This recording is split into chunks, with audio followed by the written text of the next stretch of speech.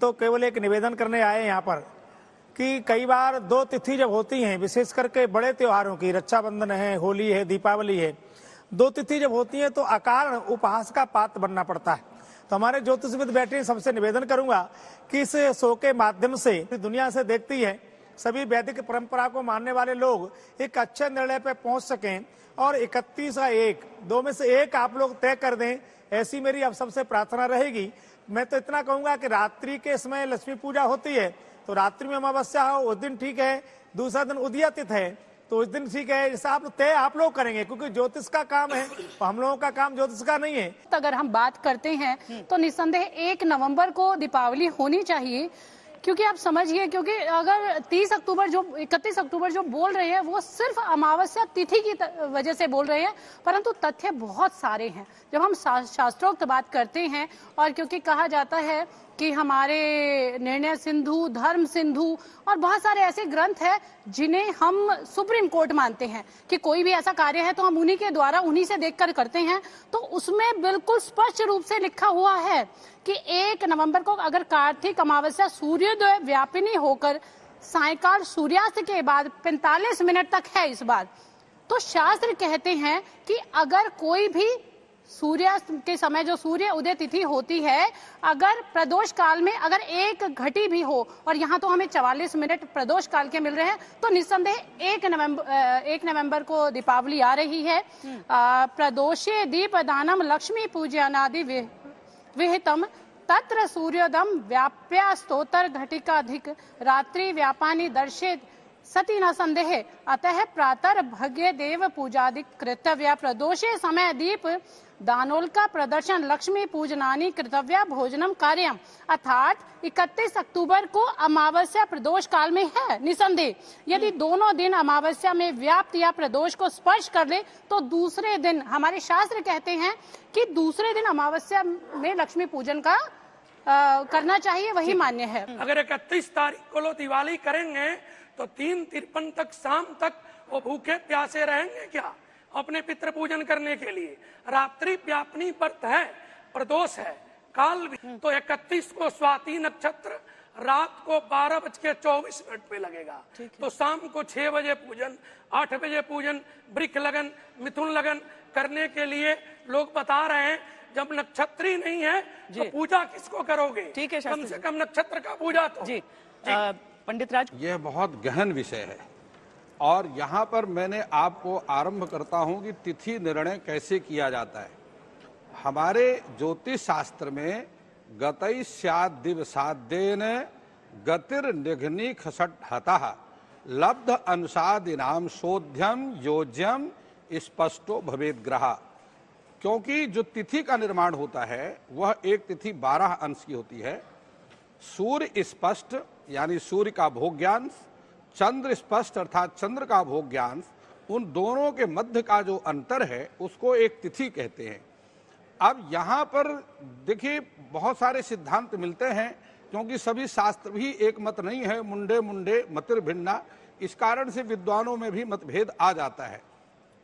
अब ऐसी स्थिति में यदि आप देखते हैं कि अमावस्या तिथि, क्योंकि भगवती लक्ष्मी का जो प्रादुर्भाव है समुद्र मंथन से वह अमावस्या तिथि में हुआ, इसलिए निश्चित हो गया है कि जो लक्ष्मी पूजन होगा वह अमावस्या को ही होगा, अमावस्या से इतर तिथियों में नहीं हो सकता है।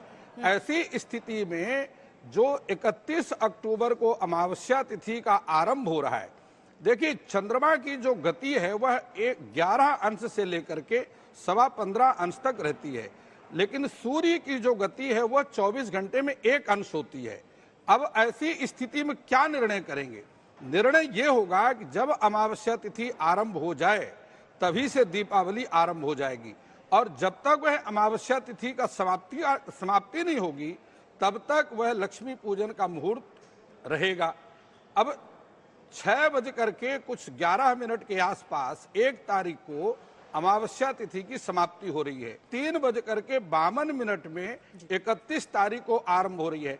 तो इस प्रकार ये निर्णय ये निकलता है, निष्कर्ष ये है कि आप 31 तारीख को भी समय के अनुसार 3:52 के बाद 31 तारीख को भी जो घर की पूजा है, वह जो सिंह लग्न की पूजा है या प्रदोष की पूजा है या निशीत काल की पूजा है, यह 31 तारीख को ही होगी। वह 1 तारीख को किसी स्थिति में भी नहीं हो सकती। लेकिन व्यापार स्थलों की जो पूजा है उसके लिए चूंकि सूर्य की साक्षी आवश्यक है और साथ में अमावस्या तिथि भी होना चाहिए, इस कारण से व्यापार स्थल की जो पूजा है वह 1 तारीख को ही होगी। और जो पितृ कर्म है, क्योंकि अमावस्या में पितृ कर्म भी किए जाते हैं, तो वह सारी, और उसका काल होता है कुतुप काल। कुतुप काल में पितृ कर्म किया जाता है। कुतुप काल प्रायः लगभग 11:30 के बाद आता है और 3 साढ़े 3 बजे के आसपास तक अलग अलग सूर्योदय सूर्यास्त में रहता है। तो ऐसी स्थिति में जो पितृ कर्म इत्यादि हैं वह सभी 1 तारीख को ही किए जाएंगे। अर्थात कि 31 भी ठीक है और 1 तारीख भी ठीक है। फर्क केवल समय का है। समय की गणना का विशेष ध्यान रखने की जरूरत है। कब है होली, कब है, अरे सांबा होली कब है। लेकिन आज कंफ्यूजन की स्थिति आ गई। संयोग से कुछ ऐसी गणना हो रही है कि दोनों दिन ही दीपावली पड़ रही है। अब दोनों दिन दीपावली पड़ रही है, अगर मोटे तौर पर हम लेते हैं तो जो है 31 तारीख को जो है 4 बजे के करीब 3:52-53 पर मावस आ रही है और जो 6:14 तक जो है पहली तारीख तक रहेगी। अब प्रदोष व्रत की, क्योंकि प्रदोष समय लक्ष्मी पूज्य थे, तो लक्ष्मी का पूजन प्रदोष से टच करके, स्पर्श करके मावस जा रही है दोनों दिनों में। तो ये इत्तेफाक और संयोग की बात है कि दोनों दिन ही दिवाली लोग मना सकते हैं। कोई मन छोटा करने की बात नहीं है, ना ही किसी कंफ्यूजन की बात है। ये बात हम लोकहित में, लोक इच्छा पर और अपने क्षेत्रीय जो मंदिर हैं, जो सजे हैं, क्षेत्र में जैसे मनाई जा रही है, किस दिन मनाई जा रही है, उस पर छोड़ दें। कोई कंफ्यूजन करने की जरूरत नहीं है। अपनी सुविधा अनुसार करें। हम लोगों का कंफ्यूजन दूर करने यहाँ मंच पर बैठे हुए विद्वान हैं, लेकिन मन छोटा करने की जरूरत नहीं है, ना ही मन में कोई दुर्बलता लाने की या गिल्टहीन भावना लाने की जरूरत है। जिस दिन मन आपकी सुविधा हो, दोनों दिन दीपावली है, दोनों दिन मावस पड़ रही है और प्रदोष काल से स्पर्श करके मावस जा रही है, तो दोनों दिन ही दीपावली है। हाँ, एक यहाँ पर सुविधा ये है कि 31 तारीख को जो करेंगे, पूरी रात अमावस है, पूरी रात, तो लक्ष्मी पूजन मावस पर ही ज्यादा शोभा देता है। और मावस पर को ही, क्योंकि भगवान राम और कृष्ण का, भगवान का जन्म रात्रि को हुआ 12 बजे, लक्ष्मी पूजन भी रात्रि को किया जाता है, तो यहाँ पर 31 तारीख का ज्यादा है। लेकिन अगर किसी को गिल्ट करने की, मन में कोई भ्रांति पैदा करने की जरूरत नहीं है। जैसी आम जनता को सुविधा है, जो है क्षेत्रीय सजावट मंदिरों के रुख पर छोड़ दिया जाए। किसी प्रकार की कंफ्यूजन करने की जरूरत, जब सुविधा हो, जब आम जनमानस को सुविधा हो, वो दिवाली मनाए, हृदय से मनाए और शांति से मनाए और अच्छे भाव से मनाए। विश्व के अच्छे विद्वान हैं यहाँ पर, जो निर्णय करने में और भारतवर्ष के सभी जनता को समझाने में सक्षम है। मैं कह रहा हूँ कि देखिए, ये जो शास्त्री जो बोले हैं वो परम सत्य है। देखिए, माँ की पूजा क्या होती है, सायं धियानो दिवस कृत पापम नास्यति, प्रातः धियानो रात्रि कृत पापम नास्यति, साय प्रातो प्रयुगानो अपापो भवति, निशिते तुरियां संध्यां जपत्वा वाक सिद्धिर भवति, नूतनायां प्रतिमया जपत्वा देवता सानिध्य भवति, प्राणानां प्रतिष्ठां जपत्वा प्राणानां प्रतिष्ठा भवति।